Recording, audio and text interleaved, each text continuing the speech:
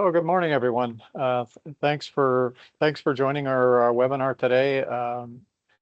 Webinar entitled LPS and Pull Planning. Can you tell the difference? And we have with us Eric Lusis from Aecon. Believe he's based in Toronto, and so that Eric will be basically we'll be asking Eric a number of questions and really getting his insights in terms of what we've done. But before we jump in, we're just going to wait a couple of minutes and then, maybe another minute, just to let the remaining folks join. And Kelly, maybe you could jump in and say a few things in advance. Yeah, absolutely. Welcome, Eric, and welcome to everyone joining us near and far. I just want to come on here and wish everyone a good morning. This is our last webinar before we break for the summer.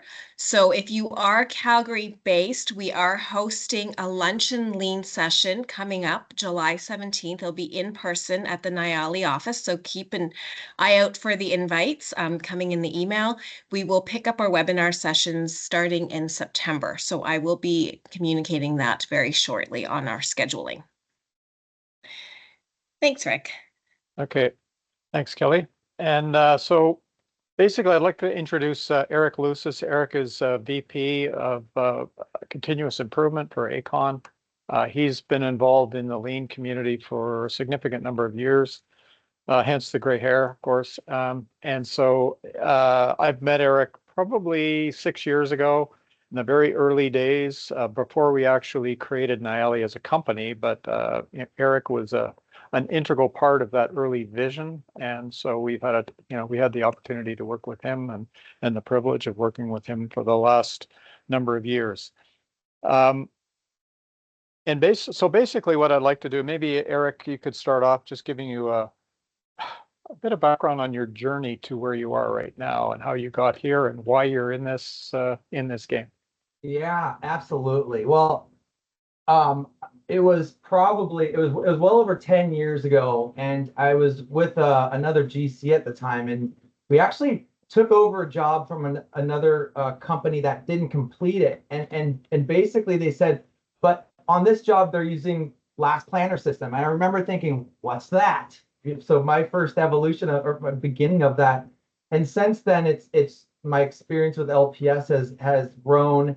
And the different types of projects, large to small projects, and my learning and utilization of LPS is just continues to grow. And I tell you to the day, and I don't know how many jobs, but hundreds of projects I've worked with using LPS, including my own.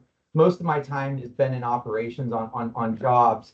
So I deeply have the perspective of the builders on the project, and so that helped really lead into why LPS and some of the things that Nyali does today help support the ideal behaviors, and an example of that is managing by results versus managing by means. And I can talk more about that later, but how do we enable people to be successful on the job? And I find that's one of the most important things when we're considering any type of tool or method. And LPS is one of those things that can truly change a project's culture and how people behave and the results. So in terms of one of the things that I've noticed in our part of the journey is there's a tremendous difference in terms of the knowledge level of last planner system, collaborative planning, pull planning. There's all of these different terms, lean construction. And so they're all synonymous to a degree, but they're also different. And maybe you could, spend a few moments just describing the last planner system in particular, or LPS, and then also pull planning and what are the similarities? How do they relate to one another? And what are the fundamental differences? Yeah, I love that, right? And so the intent with lean, to me, it's continuous improvement and respect for people. right? And last planner system helps us do that, drive value, reduce the waste, enhance our collaboration, right? The large list of the benefits. But a last planner system is just that. It is a system. And it's important that people recognize that they are components that work better when together. And things like the project master schedule is never going to go away, right? There's always going to be milestones, contractual elements, and that's the highest level of the last planner system. But as we bring the level of detail down from multi-month or year durations to phases within the project, 8 to 12 weeks of work to look ahead and daily planning. And then the last part of the last planner system is measuring. It's the did, how do we do? We bring the level of detail down, and it's hard to talk about things far out at the same time talking about like near-term work. So the last planner system intentionally segments those and uses that information to get smarter as work gets closer, and even the participants who are part of that planning. And so, I hear a lot of people in the industry say pull planning. And whenever those words are used, I wonder, what do you mean by that? And so when I talk LPS, I intentionally say last planner system, because pull planning, as the definition, from Glenn Ballard and a lot of other smart people, is really about collaboratively working backwards. Now, that applies to phases, processes, operations. Like the true definition of pull planning is working backwards from a target or milestone and mapping out the work. Now, when I do any pulling, it's typically at a phase pull level. And I don't often use the word pull planning. I would either use the two terms, the last planner system, which informs that they're utilizing their CPM master schedule to do phase pull planning, integrated with 6+ week look ahead planning, and fully committed weekly work planning.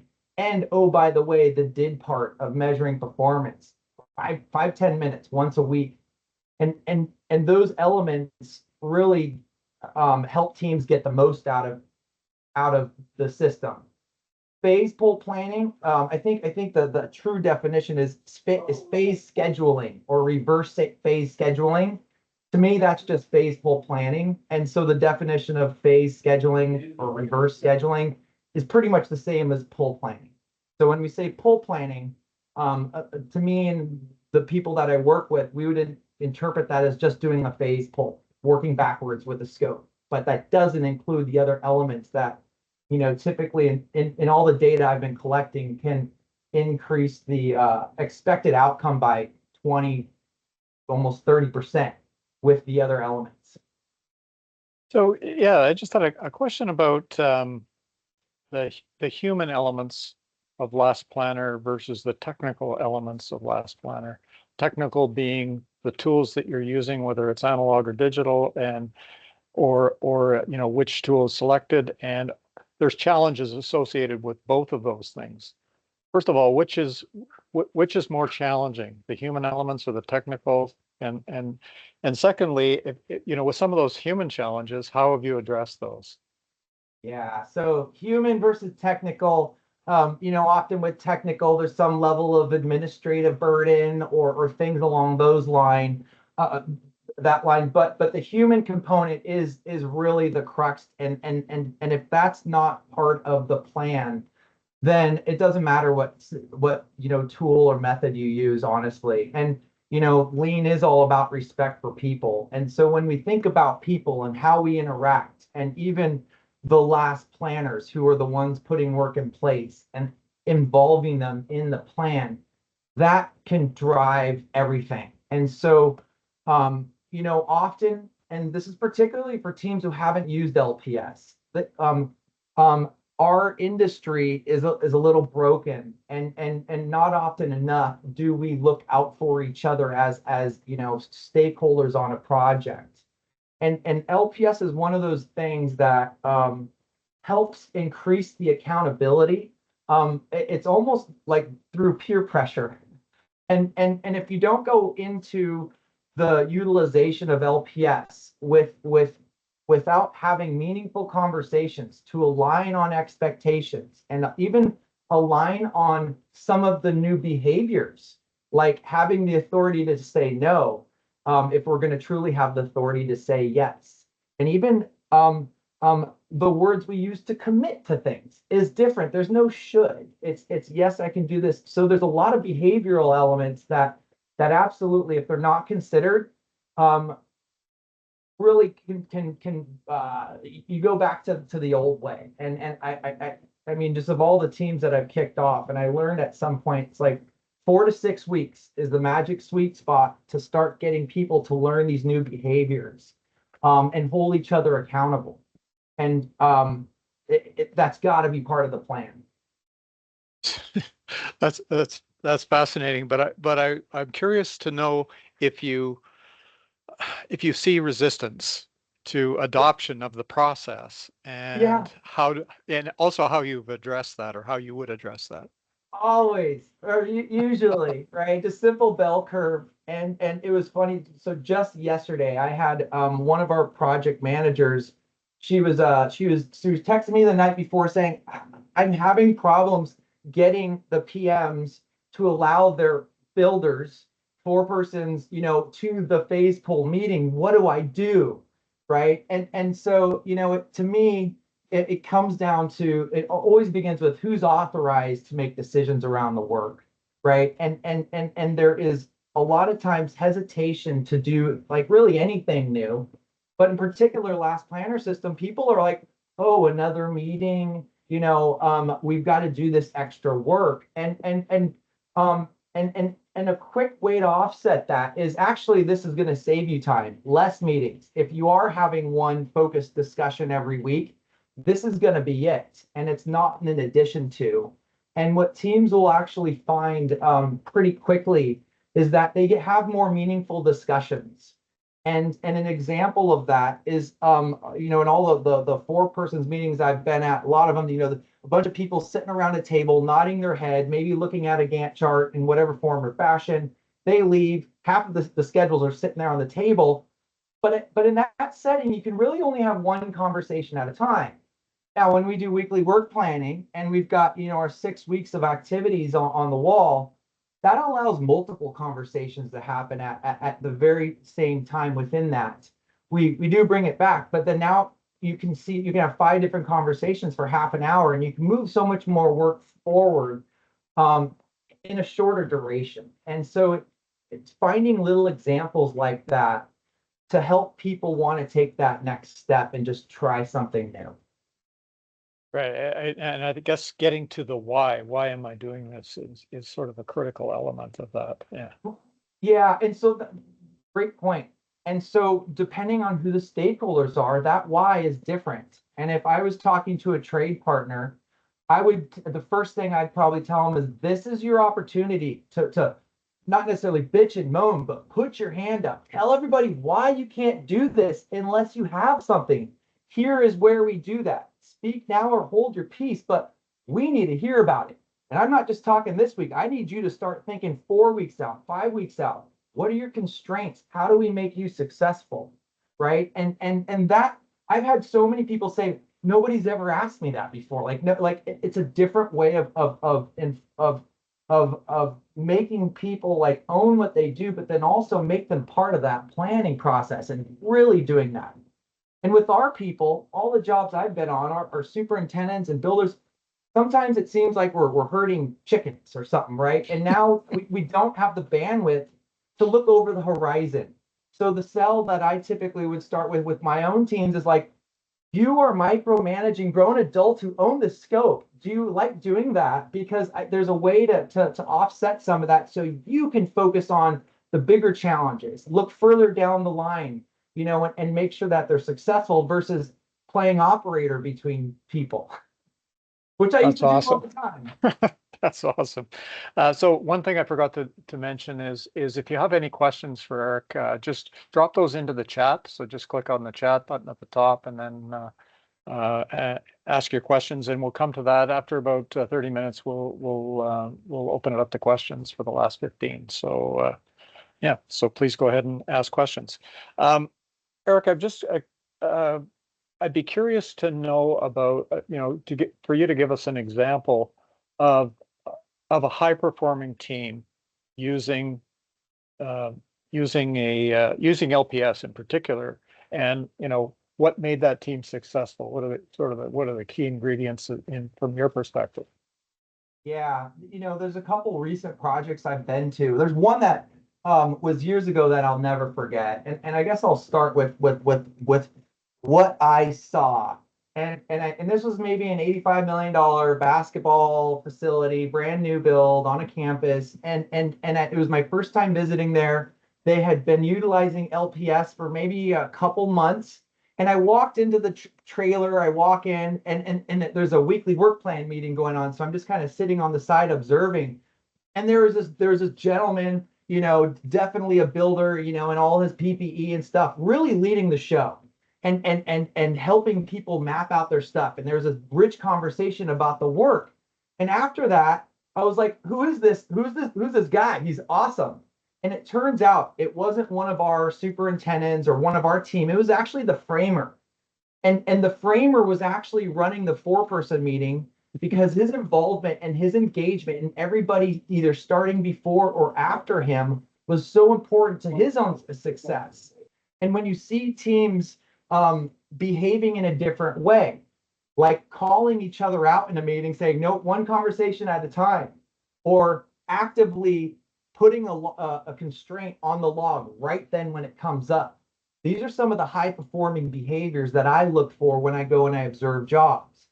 Now, to get to that point does take some conversation. It takes fostering a couple champions to own it and not own it in a way where it's command and control, but own it in a way where they're giving people that authority.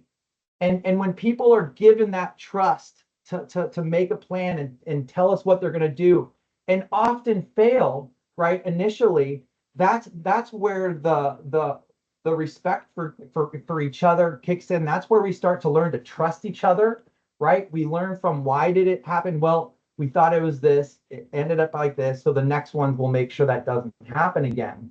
But it takes a little coaching, particularly for teams who haven't used it yet.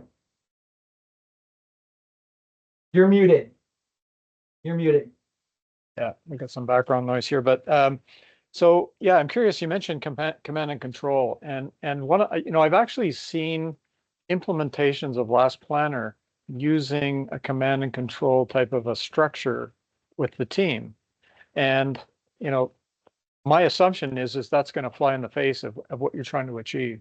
It can. And I'll tell Annie and everybody this, every project's different. Like from the stance of, sometimes you might need to change the mechanics a little. All the people are different, right? So it's not like it's a one, size fits all with all of it. There are some must-haves every single time. I don't care what job or where, like milestones, constraint log, PPC, but the mechanics and to your point of like who facilitates the meeting, how do they pull the information from the stakeholders and even memorialize it, in the ollie or on the boards, right? And that can look different. But when I talk with my teams, I'm like, if you want to write everybody's tags for them, and you shouldn't, okay. But one, that's taking the authority away from them, but now you have to do more work. And the more we can get everybody engaged into the planning together, allows, a GC or whoever's kind of trying to, I don't know, proliferate this, it gives them bandwidth for other stuff. But then it also informs them that the adults that they're working with, the other stakeholders, actually know what they're doing. Right. So there's some secret plans with this. And again, this is new. I mean, I've worked with like 35 tatted up vets, hard hat throwing hardest, and gone through 1 or 2 LPS projects with them. And, their behavior absolutely changed. And it's hard for some people to do that. And one example is coaching our teams that you're not letting the other stakeholders make the plan for us. you're saying that we've got to hit this milestone. How are we going to get there, right? You're giving them some framework. So the people who have a harder time letting go of authority still have, some gates where at least that's going to happen. And it's a baby step. I got to believe that, taking that approach also increases the level of commitment. So when someone is actually doing it themselves, they're actually committing, they're going to get something done. That activity is a promise, Rick, and Yeah. very funny. A lot of the jobs I've been on, ran without last planner, right? Like we're the GC is often like, calling people, you're late, like we're trying to hold people accountable, right? Industry standards 54%. But what happens when we use LPS? In a matter of a handful of weeks, there is no bad guy. Everybody sees how everybody's doing.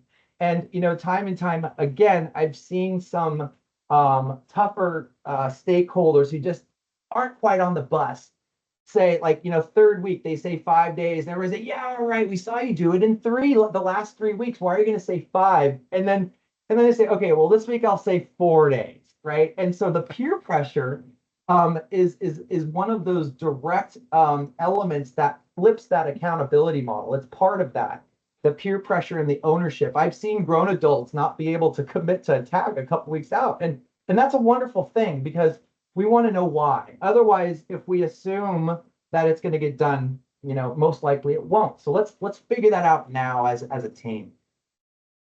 There's something you mentioned earlier, which was pull planning, and pull planning you use it on the phase plan at the high level because that's where you're planning from the milestone. Was that accurate? And less so in the weekly? Is that is, yeah. And this is an industry nuance that is out there. And a lot of people just say the word pull planning. We're doing pull planning. And even some of the coaches I work with, I say, do you mean phase pull planning? Like right? intentionally to clarify how are they using the language? Because pull planning is not last planner system. It is a part of it. It's a methodology. It's actually not even an official part. I would say phase pull planning is an official part just below the master schedule, but pull planning is a methodology of working backwards to identify the handoffs and identify the shortest path. And when we do phase pull planning, one of the main purposes of that is to really clarify those handoffs, identify constraints, looking at our high risk activities and saying, should we put a little buffer here, right? And proving to ourselves that we can achieve it. So there is a distinct difference, definition wise when we say pull planning or reverse phase scheduling, which I don't use. I call that phase pull planning. But pull planning would, if we talk to Glenn Ballard, he'd say pull planning is applicable to phases, processes, operations, right? It's just the methodology of working backwards. Muted. Yeah, that makes sense. So one of the things that I'd like to sort of get a sense for in terms of your experience with projects using the system, what are the, how could you classify the results in a general term in terms of what using the system versus not using the system will do for an organization? Oh yeah. So I've been collecting PPC data in various forms or fashion for over 10 years. And this is, hundreds of projects and on an average, our projects and construction are typically doing maybe low 30% better as far as reliably executing work. Now, we're not going to put in like earned value and cost into this conversation. We're going to talk about the reliability of performing work per the plan is typically 30% better than teams that don't. In design planning, typically our PPC could get into the low 90%, right? And so I think the running average I have is around like 92, 93% of designs. And the ones that don't, there's very often design creep or other impacts. And it provides the framework for those people to have a more meaningful and robust conversation. That's how it happens. And there's all the added benefits of like people having a greater awareness of what they do, providing additional bandwidth for the stakeholders because they're not chasing so much. There's so many benefits, but if we're just going to talk about reliability of executing work, which is extremely important to all of our clients at Aecon, the jobs that do it absolutely do it reliably, safer jobs, typically faster. Our costs are typically go down, and this is one of the reasons why my CEO basically embedded LPS as a requirement for all of our projects. Small, and we got lots of small that run out of a yards. Well, they're doing LPS in their yard. This is part of our strategic plan at Aecon because of the results we've seen. One more example, we had there's a $5 billion mega job, and on there was one station of 12, which is maybe a $400 million job. But for 4 years, that job was hitting a scheduled performance index of maybe 0.4, wasn't going that well. And after 3 months of LPS, our scheduled performance index was like 0.9, 1.0. And this was as measured by the client. So this isn't us saying, these are metrics. So, and that's 60%, enhancement with executing work. So I've got many examples like that, but those are some of the ones that pop out. So in the early going, most LPS deployments were analog. And I know you were involved in a lot of that, and you were involved in, with us, in fact, with, transitioning to digital environment. One of the things we discovered was the importance of data and what data could provide that was really either impractical or impossible in an analog format, but is now possible. Maybe could you just talk a little bit about the data and what that's actually helping you to do? And I would sort of classify that as current and past and current, but also future. Where is that going? Yeah. So I'm the guy that, I don't know if it was, I guess it was 6-7 years ago before, I met you and the team. And I had tested all of the LPS products with high performing teams, full pilots, money spent on it to do it right. Most of them failed. And I was the guy that would said that, the technology is never going to replicate the magic of the Post-it notes until, today.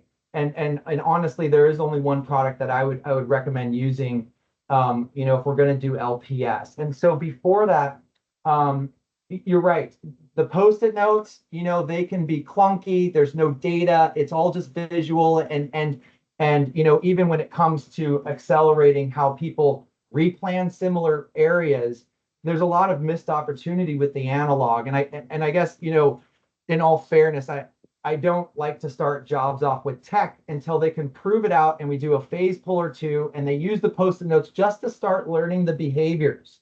One of the reasons I like, Neoli intentionally is because some of the components reinforce the right LPS behaviors. And so the data begins to matter a lot. And even on a project level, being able to have richer data like constraints. What are the trends that are continually stopping us? But then now with the Neoli BI analytics, we can go much deeper into thinking around, how do we crew things? What's the right flow? Where are the zones that people need to go to next? And we use that data to help inform, the following week's planning. And as just even a job goes, that data gets more and more rich. Now we get through the job and we can reutilize some of that learning, either like on the level of who do we want to work with, but also how do we make a better plan for similar scopes of work. So the data, and those are just a couple examples of the data. And that is one of the things that we are really trying to do well at Aecon. And we can link the model down to the penny cost with a plan. And when we can do that, now we can better inform the other project stakeholders on the job, right? So if we're talking LPS, often it's for a design team or a construction team, and it's planning the work out. But we still have functional roles like, finance and accounting, that we get people managing the money. We still have other elements that are extremely important, like visual management tools, like, virtual design and construction and modeling and all of those pieces. The more we can bring them into one plan, one common source of information, the more likely each one of those teams will be more successful. But also that information comes right back to the planning and reinforces or informs how we plan.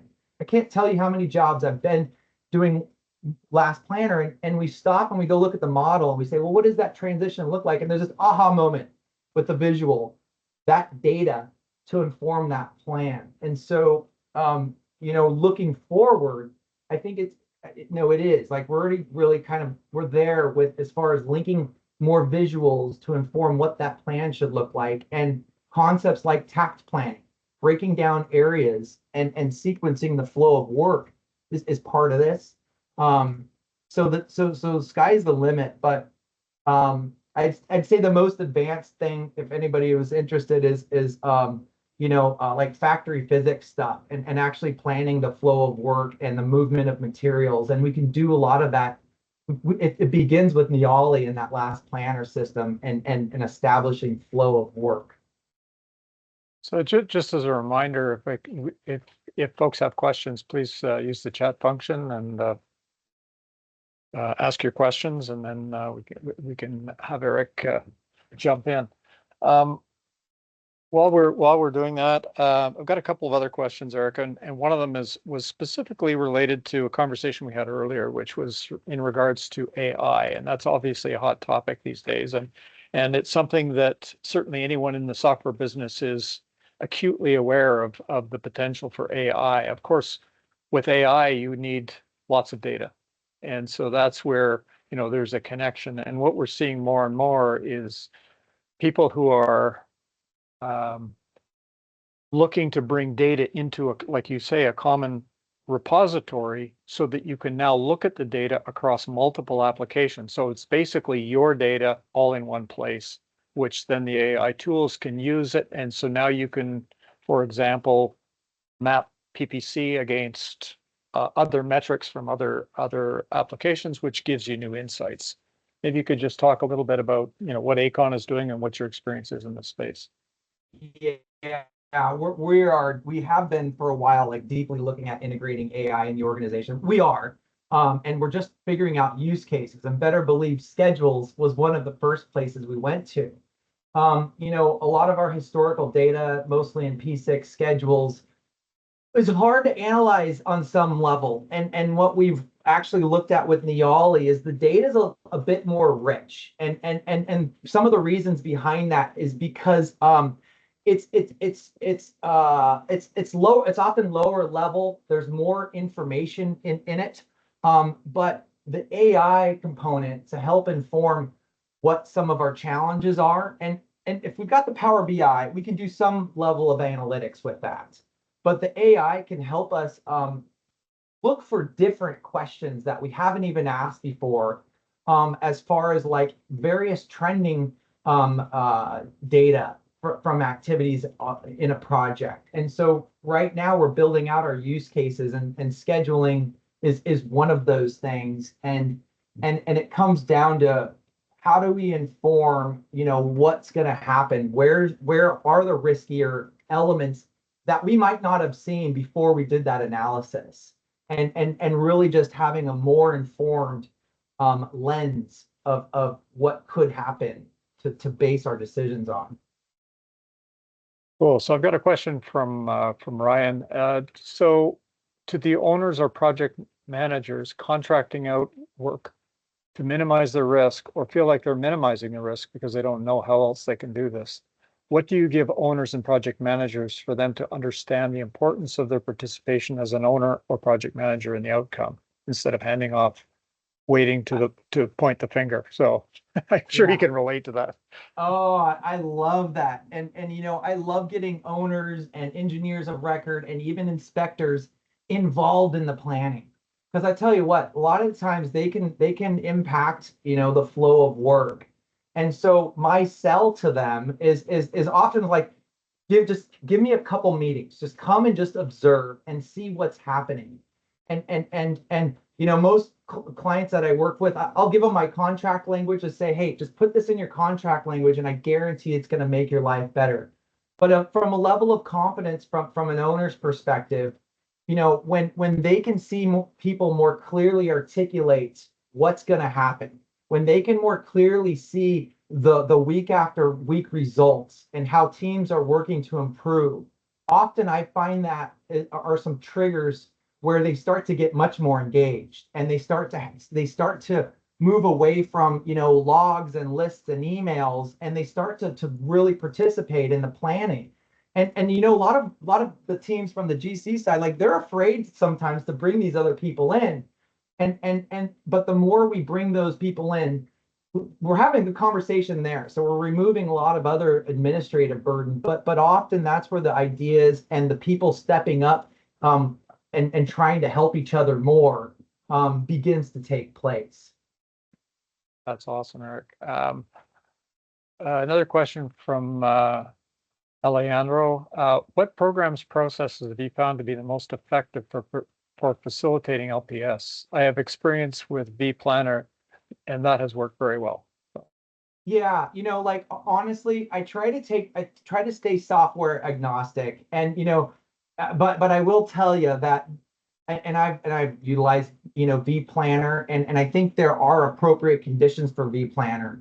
But for me, when I'm making an assessment of what software to use to facilitate LPS, the first question I ask is it easier for a grown adult to pull out a pen and write something on a tag, right? How easy is it for people to participate in creating that plan?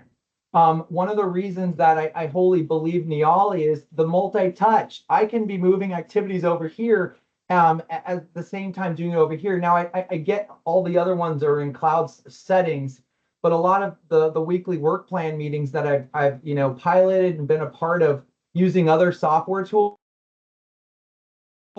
it's at a table, all looking up at one screen and one cursor moving, that conversation along. And to me, that's where we lose some of the magic. When people stand up and they're engaged, and like, that's where some of the magic happens. And so I piloted all the, most of the products out there, all the big ones, and I continually looking at them, but it's the administrative burden and getting, somebody who doesn't even know tech very well. And with Neoli, like, I'll tell anybody, like, in 10 minutes or less, just come here, hold that, create a tag, and then boom, that's it. It's simple. There's not 50 things we can do. There's not things where it adjusts activities, and it really forces some of the required behaviors of LPS. Super simple. I love the cost, right? Like, when we went into this, I was like, it better be quick and easy for anybody to do, and it can't, like, be exorbitant. Like, I have PMs who moan about paying for so. So, question from Lisa. If you can't get all the stakeholders to participate in LPS or even pull planning, owners, consultants, trades, etc., who should we focus on as most important to get momentum going? Also, is there an approach to focus on certain scopes or pieces of the schedule to get people engaged as a start?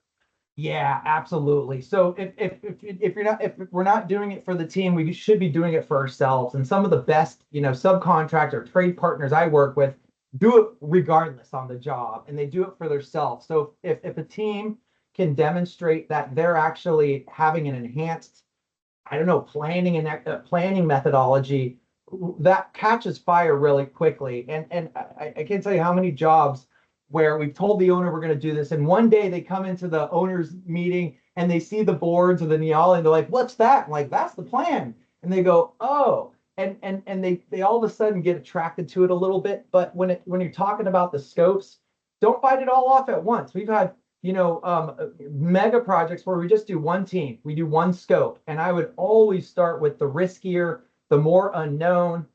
If you got a warm and fuzzy about an area, don't start there, right? And LPS really was developed for those projects that needed to crash their schedule, and we learned, like, well, we should do this on all the jobs. So start with your riskier ones, and have those conversations early to prepare them for when it does come and happen on the job. So, question from Ryan. In your opinion, who is the best person on a team to take the lead on the digital transformation of LPS from analog to digital? So if we're talking construction, I love it when, the general soup or the builder, who all the other builders out there really have to look up to and work with. I love having them front and center. Now, when we do LPS in Neoli or in any framework, it takes a team. And I love it when, there's a general soup, a builder, he or she, and a coordinator or a manager helping with those conversations, helping make that stuff happen. So you have so the facilitator can have some bandwidth and it's a team effort. But I would always have like the point per here's how I'd answer. Who would be running your typical 4-person meetings? That's ideally the person. In design, it would probably be a lead design manager. And again, it's who's that driver on the job who people are going to respect and the one who really is helping lead the show. That person is who I'd put in charge with support from the team. Perfect. Thanks, Eric. I've got one question from me. I just curious. You'd mentioned TAC planning, and is that something that Aecon is using? Because I know TAC is typically used where there's a lot of repetitive work, multiple floor towers, that sort of thing, or residential. Is that something that you're doing at Aecon? Yeah, absolutely. And I love tax thinking, just the how we plan it.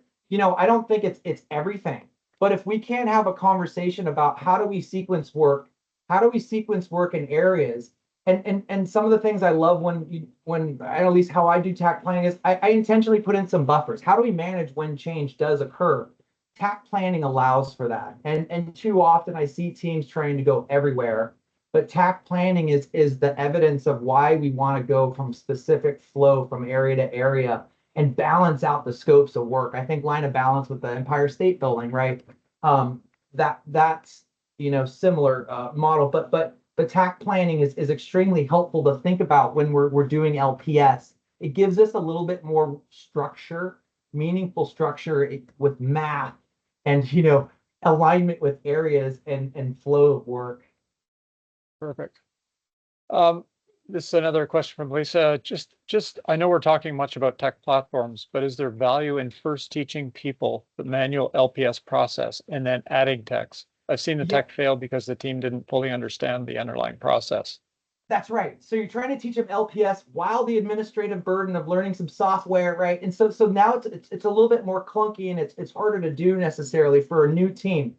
I always coached my teams using the post-it notes first. We'll do a couple phase pull plans. We'll talk about what LPS is about. They start to get it. And then when you give them the tech, they're like, oh, this is that. Great. Now the behaviors have already begun the way people talk. And I find that way more successful doing some of the analog prior to initialing. And look, is this 2 weeks or typically for us, it might be a month or two where we've already ordered the boards and the software and we know we're doing it, but we always begin with the analog methodology, because if that doesn't work, then I think I've only had one job of many that actually it worked without going there first. So it's a great thing to at least consider. There's a related something that we've run into, which is implementing LPS all at once versus in stages. And so I've seen, and actually this, and I'll just highlight this, the Lean Builder, if you can see that. So basically that book is, it's like a novel, and it's like fiction, but it's a story about the implementation of Last Planner. And it's actually really good from that standpoint. I don't know if you've read it. I love it. Yeah, it's literally right behind me on my shelf. Okay. Yeah, it's wonderful. Yeah, how it's written and all that. But the stages of implementation is a very meaningful thing to consider. And depending if your job's brand new, like starting off from the ground up, or you're midstream, and we say we want to do LPS, that can change some of those characteristics of let's just bite off one scope and then we can grow it. But thinking back to like Calgary Cancer Center, Rick, right? Like there was a staged growth of use, and then before you know it, there's 30 different teams, planning their own stuff on a $1 billion job. And so there should be some thought put into it as far as experience and use. And again, start with risky stuff. If it's just grading, well, maybe you don't, it's not as, ideal there. Yeah, perfect. I've got one final question. As a non-business owner of the company, how do you get your seniors on board collaborating and believing in lean? That's perfect. Yeah, I love it, right? And so there's always this like, show me this the money thing. But there's much more empirical data in the industry now that we can really point to, and even just the reliability of planning and some of the challenges. So I was lucky. This is one of the reasons I came to Aecon. My grown-ups were already bought in. They just wanted it. They wanted to do it. But I've worked with both, and I've had scenarios where it was organic growth. And so find out what matters to them and then link that to here's how we're going to get there. That's perfect. Well, we're coming up on time here. I really appreciate everyone joining and sharing our time. In particular, thank you, Eric. Really appreciate your insights. It's been great working with you, and look forward to a lot more years. I believe this webinar has been recorded, so it will be posted on our sites. Kelly, did you want to jump in? Here we go. You're muted, Kelly. Sorry, I am muted. I just want to say thank you, Eric. Thank you, everyone, for joining us today. Yes, there will be a recording that will follow very shortly. All right. And if anybody hasn't done, read the UC Berkeley 2020 current process benchmark for LPS. Look it up. Awesome. Thanks, everyone. Appreciate it. Thank you, Rick. Thank you, Kevin.